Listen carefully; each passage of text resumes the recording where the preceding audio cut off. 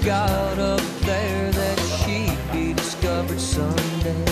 So she belted in. She hit the high notes fearlessly. Oh, she melted then. Valpolicella, as I explained from the family, is now a much larger area than it used to be.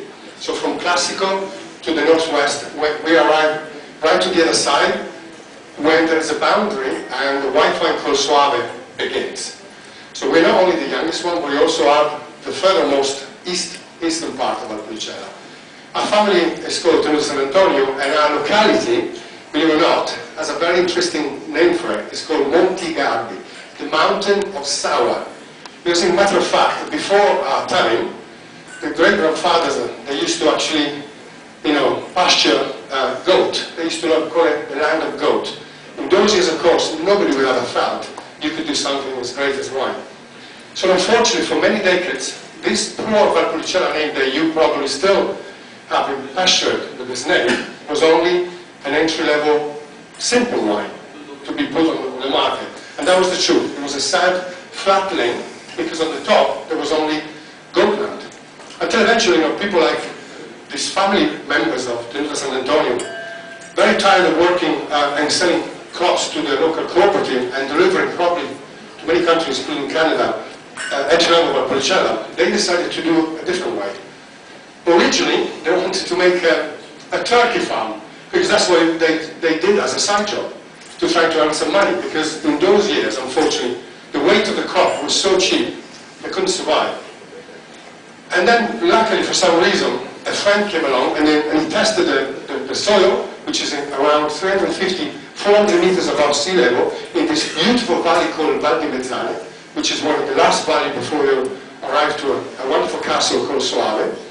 And he said, you guys, you're crazy. Why selling cheap turkey to the American on Thanksgiving when you can actually do something great on your soil, which is your heritage? So that's how we started. In '95 was our third vintage, and we introduced Campo di Gigli. We also have another belief, which it's personal, but I think he introduced the sort of today's Amarone interpretation. We have a selected area, which is an old vineyard that we found when we first arrived, almost neglected, about 2 acres, 2 hectares, and we waited another 20 years before this Campo Gigli came to place. Meanwhile, we started to create our sort of selection, including quality Valpolicella and good quality superior, because that's what we believe. Amarone is the most ultimate excellency in Valpolicella. You never forget, today's Valpolicella is an area of great intensity. So we felt there is also a possibility for a good quality Amarone that can be introduced to the market at a very quality price level until you reach to a stage where you create something like this, which is our single vineyard. You must have heard some of our friends believe in a unique style, which is what they feel from the best vineyard. Some others, they have different situation. So we have 2 different. Because today's Amarone is also, for our opinion, something to integrate on a food-friendly environment. You heard before wine and meditation. Some strongly still believe, some other maybe not so much. Because in my opinion, besides enjoying life and wine, there's nothing else best.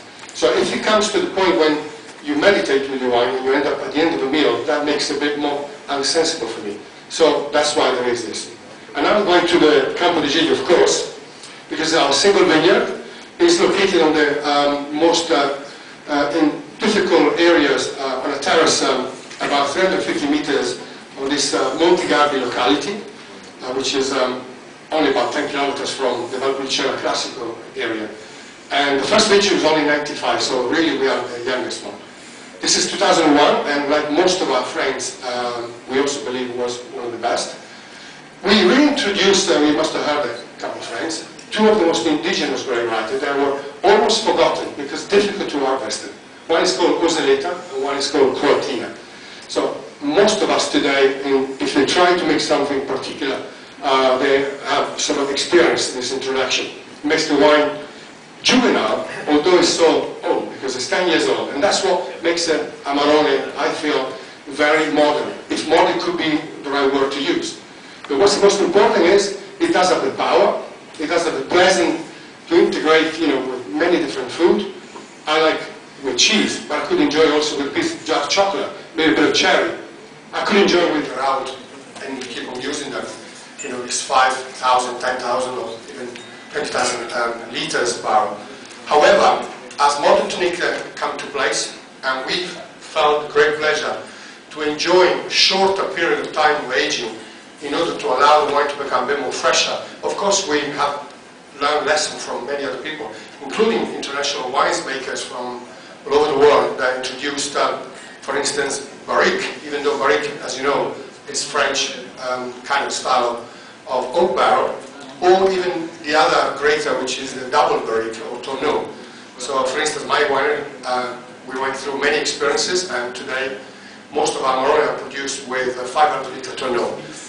What we need to think is to believe what is best for us, for one particular style that suit our criteria, impersonate our philosophy, individual. Because although, as Tony mentioned, we're 55 million, but I wear 13, 14 size shoes. I'm not sure if the other fit my shoes. We're all different, and we love to be individual.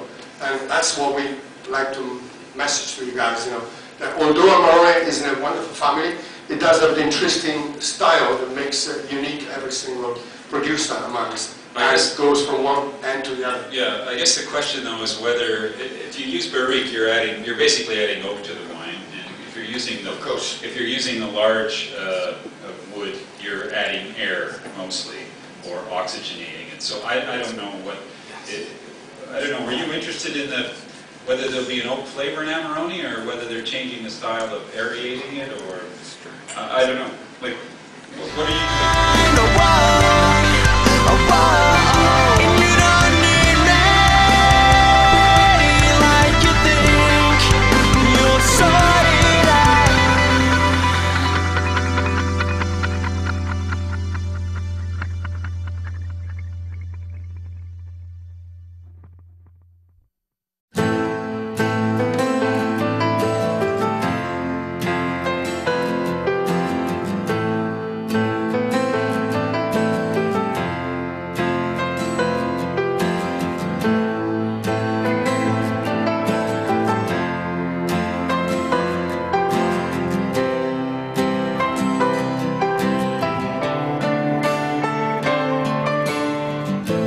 Lost in the cold that I've never known,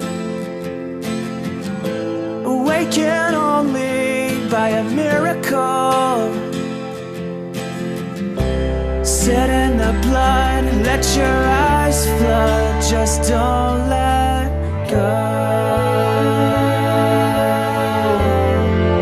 I owe it all to